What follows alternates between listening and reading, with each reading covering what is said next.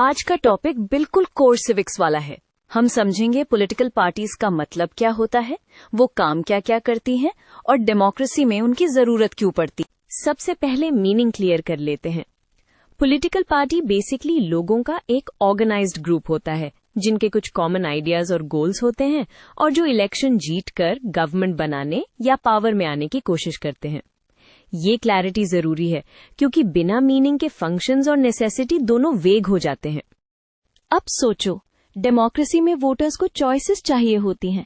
Party एक तरह से चॉइसेस को पैकेज करती है, एक नाम, एक सिंबल और एक सेट ऑफ पॉलिसीज के साथ, ताकि वोटर्स को समझ आए कि कौन किस डायरेक्शन में कंट्री को ले जाना चाहता है।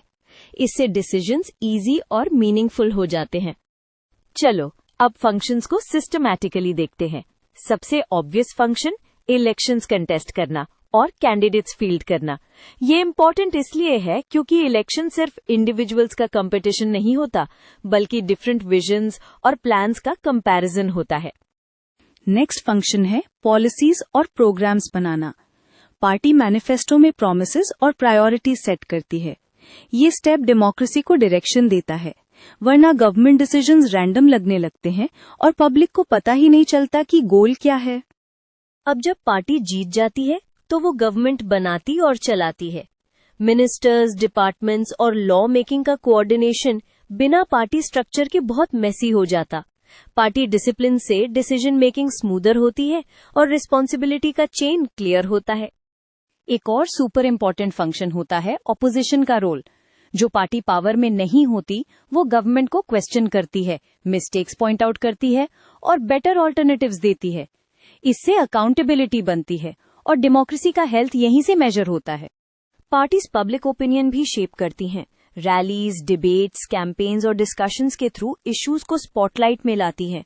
ये इसलिए जरूरी है क्योंकि कॉमन पीपल के कंसर्न्स को पॉलिटिकल एजेंडा तक पहुंचाने का एक ऑर्गेनाइज्ड चैनल मिलता है। फाइनली पार्टीज एक ब्रिज की तरह काम करती हैं लोगों और गवर्नमेंट के बीच।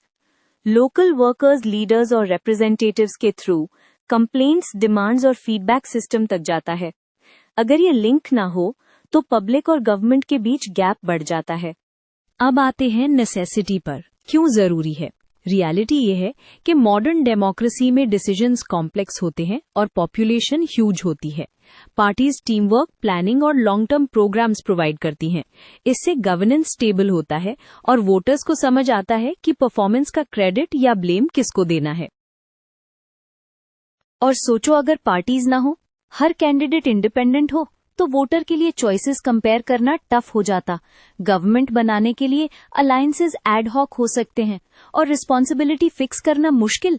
इसीलिए पार्टीज डेमोक्रेसी को वर्केबल बनाती हैं, सिर्फ थ्योरेटिकल नहीं। तो रैप अप करते हैं। मीनिंग में पार्टी एक ऑर्गेनाइज्ड ग्रुप है।